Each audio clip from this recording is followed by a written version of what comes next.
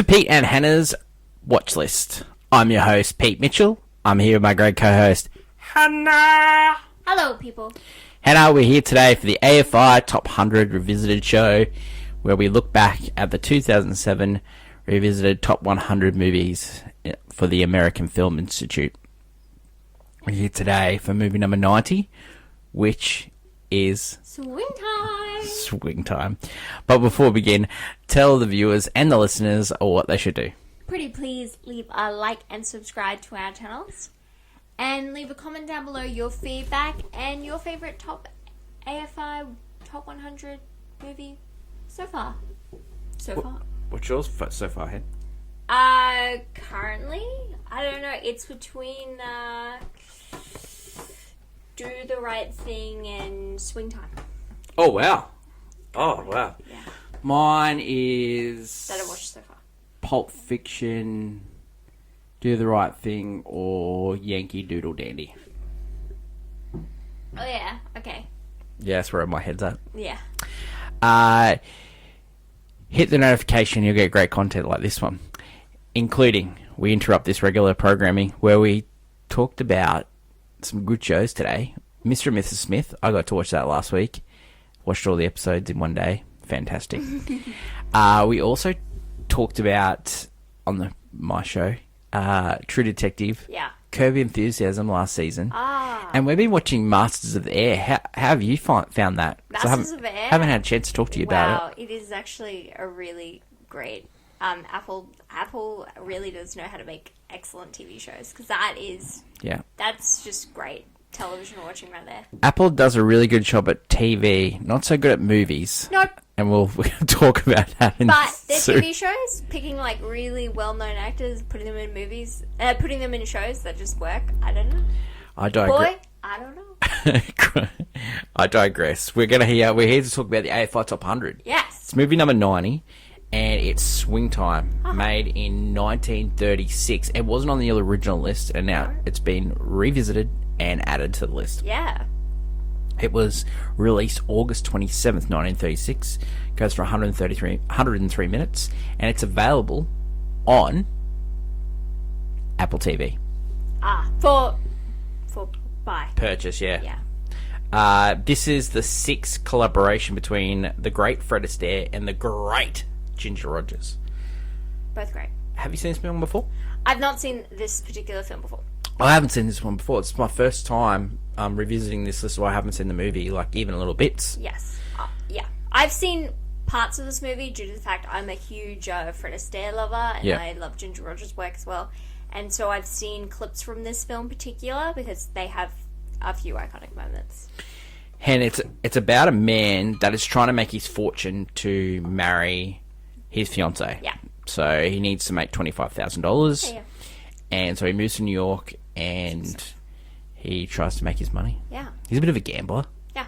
Gambler. And he meets the great Ginger Rogers, who plays the character Penny, and Fred Astaire plays Lucky, who's a gambler, dancer, song and dance man. Penny is a dance instructor. Yeah. Trying to make it big as well. He kind of comes into her life and turns it around. Yeah.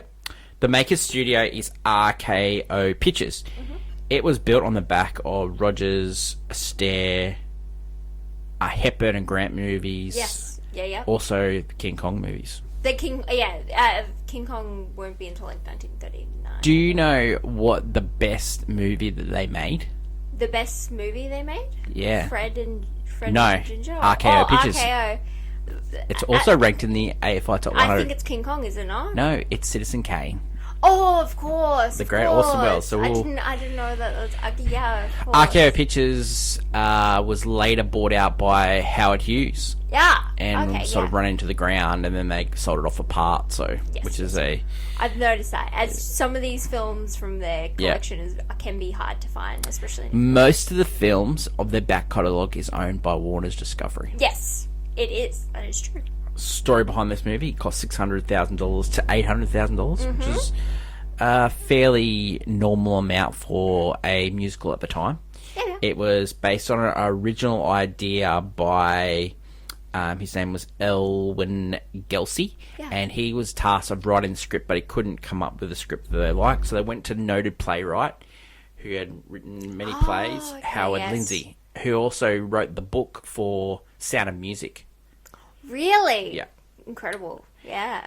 This movie was directed by one of the great directors in Hollywood history. He also had a great career in cinematography before he became a director. Oh, he was a cinematographer all the Laurel and Hardy pictures of the 20s. Oh, all right. So he worked Yes. constantly. So he knows His his way name around is the camera. George Stevens. Now, he directed other movies that are on this list, including Shane.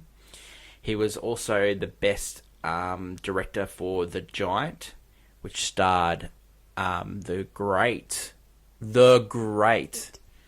Elizabeth Taylor, Yes. James Dean, Yes, and your James boy, Dean, yes. Rock Hudson. Yes. He also directed Places in the Sun, and he was also nominated for Diary of Anne Frank. Yes. Yeah. Let's talk about the actors that are in the movie, Hen. Oh, yeah. Oh, great. Okay. Let's talk about First off, Fred Astaire. Incredible. Great song and dance Amazing. man.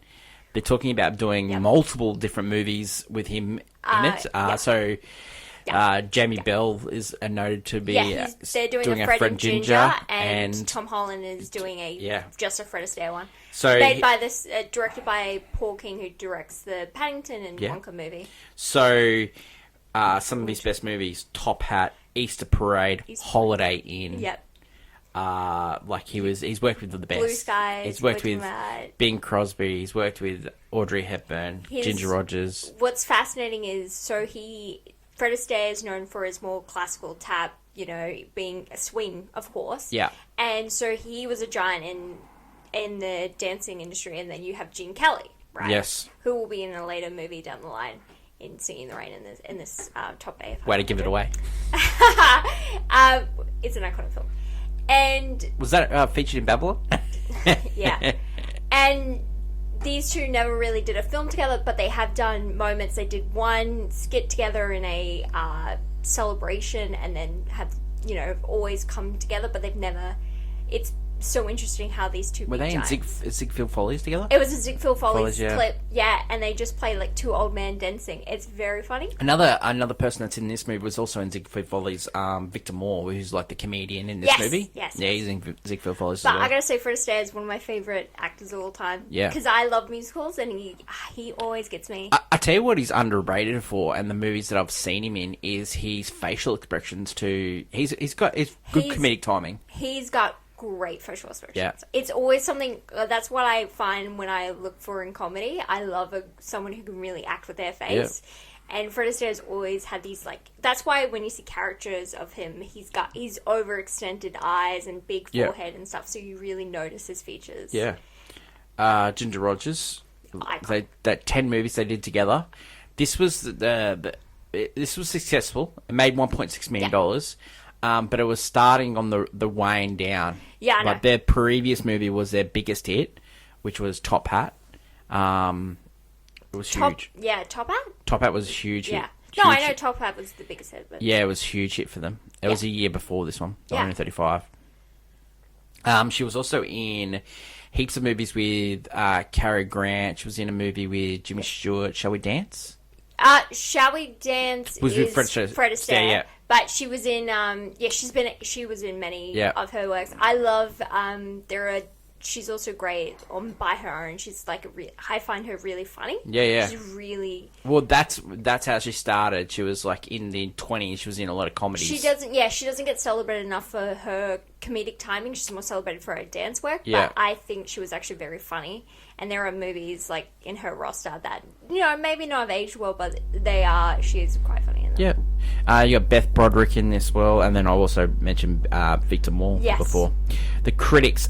So the American Dancer, they wrote Astaire's dancing can be classified as tap. They said it was a perfect blend of modern and ballet in this movie. Yes. He has amazing agility, superb grace. The Dance magazine, which was written by Joseph Arnold Kay, much is written about Fred Astaire and Ginger Rogers, but in swing time, perhaps one thing: Astaire and Rogers are the picture themselves, but between swings, the dance routines, the dance is superb, and Hollywood is really learning how to put dance on picture, and George Stevens was credited for this. He was a big reason why this movie is a classic.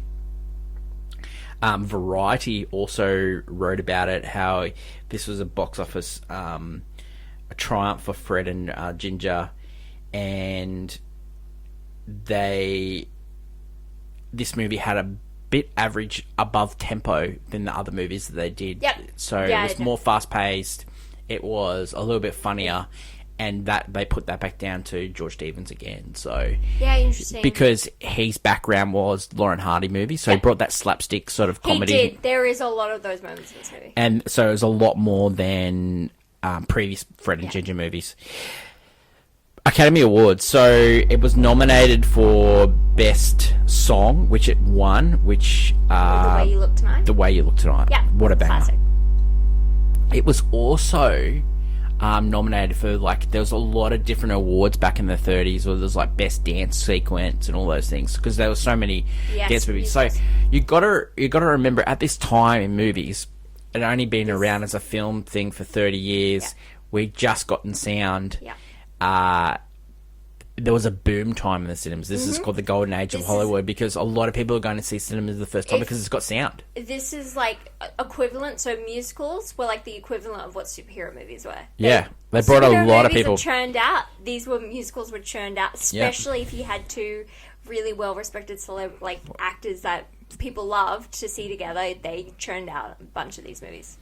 Okay, so reaction to the film recently. So it's currently 93% on Rotten Tomatoes, 3.6 on Letterboxd. You can also follow us on Letterboxd, Peter Hannah's watch list. IMDb 7.5. Roger Ebert, he wrote it as it has to be included, and he has like a watch list, and that this movie is included. 2019. It was written about how it was a surprise to be on this list. And it probably won't be included again on the list when they do revisit it. But I think really the reason why I was behind that, it was because of George Stevens. He is just a world-renowned director. And Ginger Rogers said this is her best movie that she did with Fred Astaire, and she put it all the way down to George Stevens. He was a perfectionist. Fred and Ginger were both perfectionists, and they all worked really well together in this movie. Do you want to talk about, before I go on to like some other recent things, do you want to talk about Fred and Ginger as a pair? And did they get along?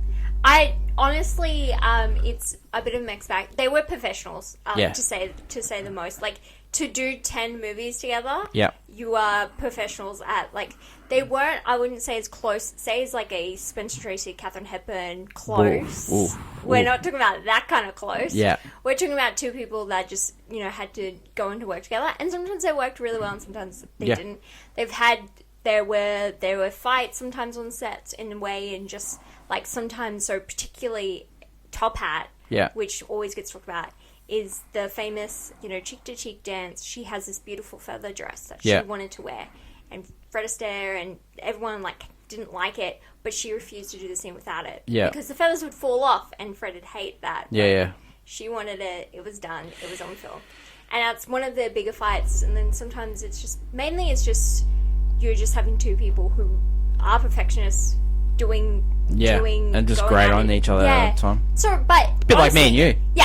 But they worked well together. They didn't, just like us. I don't think it was anything too nasty. It was more just like, we work well together, we're just going to do it. Do you think it has anything to do with, like, at the time, he was always credited with how good of a dancer he was, and she wasn't really credited for it? She was not. It's not when... It's only recently she's been given the kudos. So, like, around the time when they were being awarded awards later in their lives, when it was Ginger's time to be, like, awarded, she, like... Fred Astaire wasn't really a part of any of that, because they were trying to just celebrate Ginger for Ginger's work. Because it's that kind of thing where when people look at Fred and Ginger, they're like, oh, Ginger Rogers did everything Fred did backwards and in high heels, and it was like kind of like... And the dresses, like the sequence. No, she had to do a lot of work, and so it's like at the time Fred was celebrated and Ginger it wasn't until later on did Ginger get celebrated for. We're never gonna dance the sequence right at the end where she holds her dress up in one hand the whole entire time. There are so many that moments. Is so like throughout amazing. these movies where she does something incredible just as much as he does something. But he gets celebrated because he loves he does those solos, and I think that's what. Well, I'd love to see a movie, so I hope they do make a Fred and Ginger movie. And to showcase both. Yeah, equally. for sure. Became a Broadway show in 2003. I have heard of this. Yeah. Yes. Also, the song, The Way You Look Tonight, used in My Best Friend's Wedding. Yeah. Julia Roberts. Great rom-com. Yeah, but... Directed by an Australian, PJ Hogan, who directed Muriel's Wedding. I didn't know that. Okay. There you go. Every week, Hannah, we, on AFI Top 100, we do the Hot Take, which is the clickbait.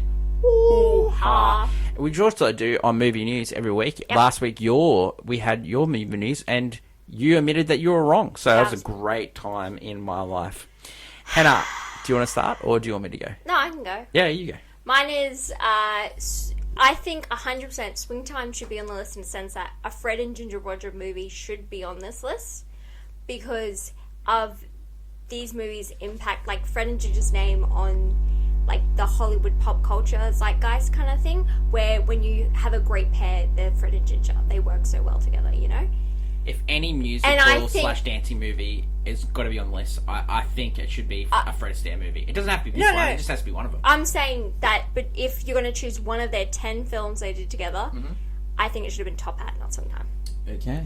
I think Top Hat, which I've watched both Top Hat and Swing Time. Yeah. And Top Hat is a much more, like, they have a great more, it's a much more of a blend of more talking rather than slapstick, because there's a lot more, like, jokes and humour in this one, where I find these two are bantering off very well together. And I think Ginger works best when she's being kind of, like, almost enemies to, like, lovers sort of thing.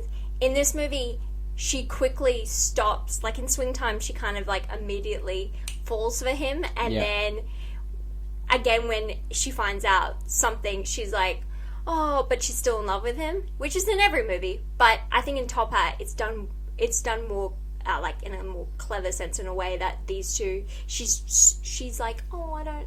And so when they come together in Top Hat, I think the romance is done better, and I think some of the dance scenes, like in this movie, there's 3 iconic dance scenes, like not 2 iconic dance scenes, 1 iconic moment. And in Top Hat, I think there's several. And you could go with both Ginger and Fred are doing really well in Top Hat. Whereas I find only Fred is really outstanding in Swing Time. I think, again, the reason why this was picked is just George Stevens. Yeah. He just loved. And I understand that, but...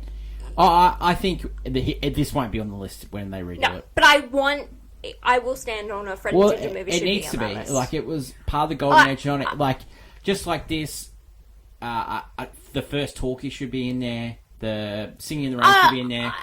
Gone with the Wind should be in there. I can see why the first talkie's not on there. But I can... No, but like, you're celebrating the top 100. But when we go through this top 100 list, you're starting to notice there will be more movies that are here because of what they mean. Being the best of that. What they mean, rather than being the best. Yeah. So, but I think of Fred Astaire, Ginger Rogers, it should be in here because it what it meant to Hollywood, and also it should be the best one, which is... unfortunately, which is actually Top Hat. My hot take is, it's sort of like a twofer. Yeah. It's Fred and Ginger.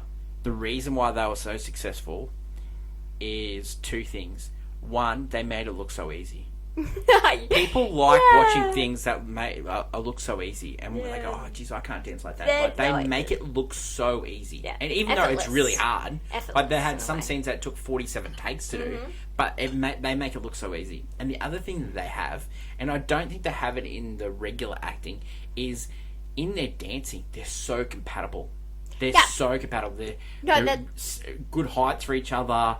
The length of his legs, the length of her arms, it just works. Yes. They're really compatible. And you can definitely tell the chemistry in between them with the dancing. Mm-hmm. You like, if you just showed me a picture of them dancing, I would say they're married. Yeah, like, and that's great chemistry. That's what a lot of people construed when you see these two dancing. Yeah. I think the chemistry is better in Top Hat. That's why I argue with Top Hat. Yeah. But in Swing Time, I think they just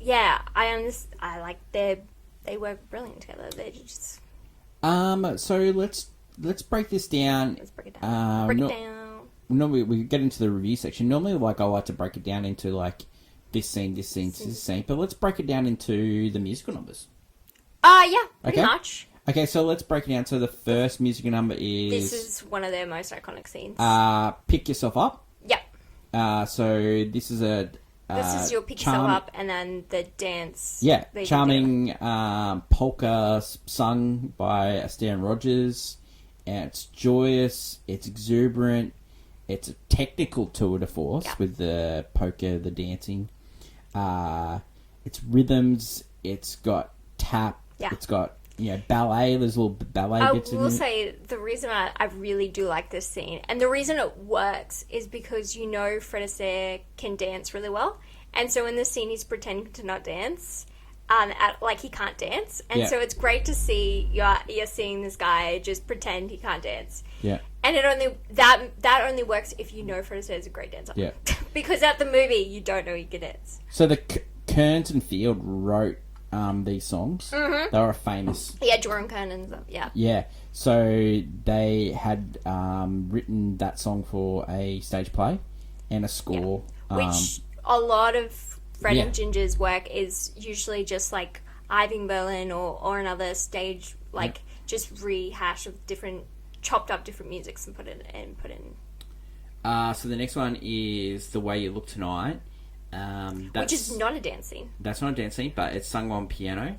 And Ginger is washing her hair in the side room. Now, the key to this, they tried all these different things to get Ginger's hair to look like soap, but what was happening with the soap was falling away. So you know what they did? What? They put whipped cream on her head. That makes a lot of sense. It looked... to make it look like cream. This scene is so iconic, and it's such a beautiful moment, and it's crazy that, known for his dancing, his singing is a highlight of this movie.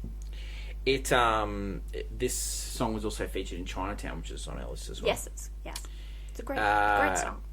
Astaire conveys a sunny yet nostalgic romanticism, but later, when they're dancing, they create a mood of somber. So, like, it's a really, it's a pair that goes with Never Gonna Dance. This song, it's a good pair.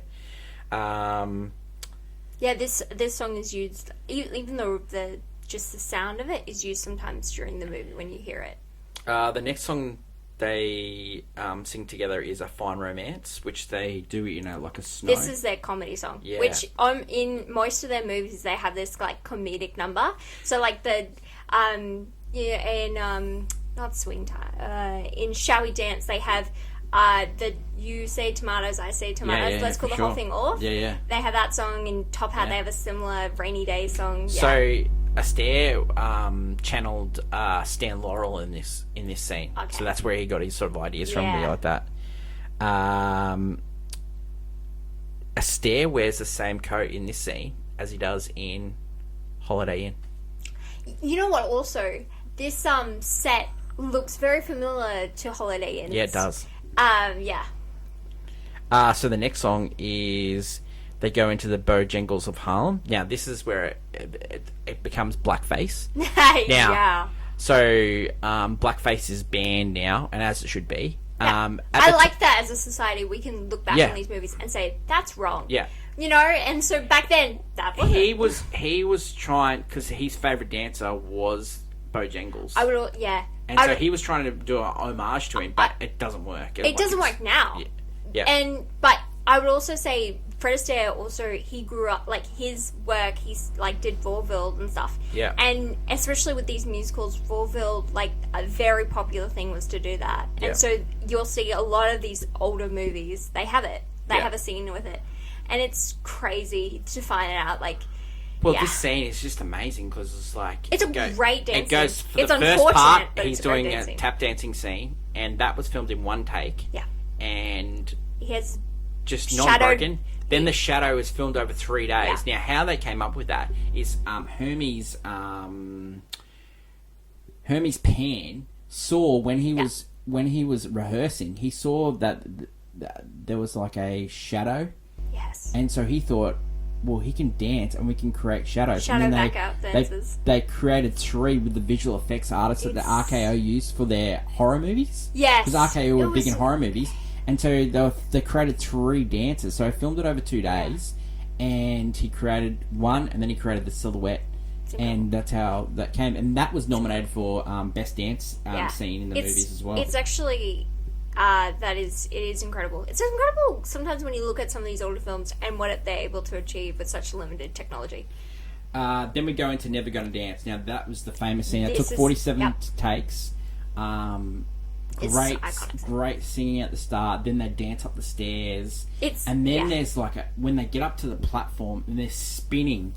And Ginger Rogers is amazing. It's like she doesn't miss a beat with her spinning, and he's like using his dexterity to an amazing effect in this scene. That these two are brilliant in this scene. They're absolutely brilliant. 2.5 minutes of just tour de force dancing. No, this is what I'm talking about. Is the first scene where they dance together. And this scene are like the two most memorable. It's like two of their most memorable moments in their career. Like this is like when you see footage of them, these two moments are going to be there. And I think it's an incredible number. It's an incredible moment for these two. But amazing. Then you get to the ending of this movie. So the finale is it's a shortened musical version of The Fine Romance and The Way You Look Tonight, and a few of the others. Yeah, Parlin. It's all harmonies towards the end. The ending of this let's talk about a couple things. So let's talk about Pop. Now, the Pop character. Pop character, great comedic. Victor Moore, great. It's comedic. He is what Paulie from the Rocky franchise is based on, isn't it? Yeah. Oh, 100%. Can I have a job? We're talking about this guy that... Is it drunk? He's causing all the problems for Lucky. Lucky's a gambler. Yeah. And he's always playing... But he's a winner. Yeah, because he's lucky. But, he has a lucky coin. Which Pop nearly loses. Pop swallows. Yeah. He does a card trick. Lucky willingly gives up his quarter to get Pop cigarettes. Yeah. Pop feels so bad that he then... When Fred goes to talk to Ginger, that Pop... then steals the coin out of her purse. Yeah. And then causes... We start... What a great meet cute. That's a great meet cute. Oh, them and the cigarette thing is great meet cute. But if Fred Astaire is like... He comes in, he changes Ginger's Roberts. Yeah. Almost like she's doing fine. Yeah. And he's come in and ruined it. And he's like saying, but no. And then he loses the money for the lady. Another crazy thing about this movie is that he needs $25,000 to go back to his fiancée, right? But then when he starts to fall for Ginger, he's like realizing, I don't want to make $25,000. So he stops gambling because he knows he would make that money. And then when he's offered a job, he's like, I'll give you $30,000. He's like, no, 15. I need 25 cents. Yeah. And it's like, wait. And then Pop is the reason why he loses the band, because he gives away the card trick. And then he asks Pop, I don't want to be alone with her, because if I'm alone with her, I'll get with her. And then when he realized, you know what, I'm over it, I want to be with her, he goes over to because he accidentally throws a snowball. Pop goes over and then tells her that the one thing Fred Astaire has told him not to tell her. Yeah. And then it's like, Lucky did cause their own problem because he tells Pop, but again, Pop is just he's like a villain without even trying. He even shows he knew that there's a card game that happens that's fixed, so Pop decides to fix it for themselves so they win. Yep. And then later on, goes to the same people and shows them how he fixed cards. Well, this goes into it. Lucky is extremely lucky. He's winning on roulette. No one rings on a roulette. No, but the lucky coin. I just want to mention one scene that we haven't talked about. Yeah. Is the first time that they kiss. How cute's that scene? There's she's almost realizing she really does love him. Yeah. She needs to show it. She's awkward about it. She's going to him. She's like, I'm thinking about doing it. Great comedic timing there. And then they kiss behind the door, and you see them, and it's wonderful. It's wonderful. Do you want to mention any other scenes before we go on to reasons too? Just that I think. I just think the snow scene's great. The snow scene, I think it just follows all the Fred and Ginger movies have that kind of same. They meet and they don't work together. They come together to dance, and then it's the same vibes. I think the film continues to be remembered for that first dance scene where they dance together. Yep. That ending dance scene, and The Way You Look Tonight, which is so strange because Fred Astaire is not a singer. It's so... Oh, but it's just amazing. I love both Fred and Gene Kelly as well. They're not classically trained singers. Yeah. But they have to do this kind of like, you know... Oh, it works though. It works so well. Oh, sometimes they kind of work better than some of the musical stars. That's just like Ryan Gosling and Emma Stone when La La Land. They're not casually trained. Like Fred Astaire and Ginger Rogers are a lot. Like their movies are very influenced La La Land. So if you've wondered what those scenes is, you straight go. This is La La Land. I'd also like to go like we talked about. It's just like I love Fred and Ginger. I love Katharine Hepburn and Spencer Tracy movies, and I love also at the same time there was Jeanette MacDonald, Nelson Eddy movies. Oh, and there's also like Katharine Hepburn and Cary Grant movies. Like we've got one coming up in a couple of weeks. Yes. Great humour. I haven't. The one we'll discuss that later on. But I love these duos, and I kind of wish, we haven't had them for a while, I guess, as strongly as they used to be in Hollywood. Okay, reasons too. Reasons to this, as a musical lover, especially movie musicals, especially old movie musicals, this is definitely a must-watch. I love Fred Astaire. He's one of my favorites. I think Fred and Ginger, this is one of the most iconic ones. If you're gonna you're gonna go Swing Time, Top Hat, probably Shall We Dance, probably like in the top 3. You have just great, dancing chemistry, but you have just great comedy. I think it's very funny moments. There are moments where I was just laughing. I just couldn't believe how funny it was. And Pop's funny. I was going. Fred and Ginger have great. Oh, Fred and Ginger are great too. They're very funny. I just love his facial expressions. I think he's great. They're very funny. Really good. I think this movie really showcases why these movies were, they were so loved at the time. So popular. It was like watching a theatre show really come to life, like you'd never seen before, and that's what was incredible about them. Reasons not to. Okay, the two things that don't work for me: the start where they trick him into not getting married because of the cuffs or the pants, and then at the end they use exactly the same joke at the end. I don't mind the joke. It's just it is weird. Yeah, it's not something you would see now. Oh, it's really mean too. Oh, it's horribly mean. Yeah. But that's because they were like, nah, this guy, he shouldn't be with this. They were like, they were just being selfish though. Yeah, but like the other thing is like that's how most of these things work. But at the end they use exactly the same joke as from the start. Yeah, and then they're just laughing non-stop. It was just really weird. It was funny because it was like, oh, this happened to me, and this happened to me. That's a good reason not to say, I reckon. No, I think doesn't make any sense. The ending of this movie is like very rushed. Well, I think they should have ended it on the dance. It was so good. So in this movie, there's a side character who's the villain, who is not Romero. The villain. He's Carter Romero. Yeah, Carter Romero. He's the band leader. He's the band leader that's in love with Ginger, but Ginger's not really into him. But when she's going to get married to him, she's going to get married to him because Fred was supposed to marry the other woman. Yep. They trick him into the pants scene where the cuffs. Yeah, he needs to have cuffs on his pants, or he's not going to look right for the day. Yeah, for sure. Which is like, again, the idea is like social. Yeah. It's the social norm to be dressed your best for your wedding day. Sure. They trick him. He's wearing these. It's not that funny though. He's wearing the. Yeah, it's not because they're laughing so much. Yeah, it's really weird. It's almost I think they've lost it. Yeah, it's uncomfortable. Yeah, I think they've lost it. It is funny when he comes in. He's like, he has his pants on. Yeah. He's holding it, and then when she's laughing and she's like, "Yeah, I'm not gonna marry you. I'm gonna marry him instead." And then they just laugh again. And then he's like, "Ah ha ha!" And then starts singing with the band and starts playing for it. I'm like thinking. And then it's a medley of songs. The whole movie saying, "I'm not playing for you and him." Yeah, and now it's like, yeah. I realized, no. It's one of those very much comedy movie musicals, like, it's the ending now. They got together. Yeah. Let's enjoy. Another reason not to watch it is blackface, but we'll just... Oh, that's... I wouldn't... it's not a reason to... Yeah. Yeah. It's... Again, it's... Yeah. Should you watch... It dates the movie. Should you watch this movie? Would you watch the movie again? 100%. Yeah, so would you watch this? Should you recommend this people to watch it? I would recommend them if they love movie musicals. I know people who don't like movie musicals. Yeah. And who don't, especially old movies. Yeah. Some people don't even like movies that are in black and white. Yeah. Which is so strange to me, but I can understand because it's like, just... But you should watch the best of the genre, and this is the best of the genre. If you're going... yes. Yeah. I would probably recommend Taupat instead if they wanted a Fred and Ginger movie, but this is... Yeah, it's top 5. If we're gonna... Yeah. Fred and Ginger. Yeah. Yeah, okay. Um, I'm such a snob when it comes to movies. Would you buy this on Blu-ray? 1,000%. If you could get it, it's very hard over here in Australia to get movies, especially Fred and Ginger's. Any of these old movie musicals are very hard. I have some that aren't even in print. Like, it's very hard. Would you watch this movie again? 100%. And rating for this movie?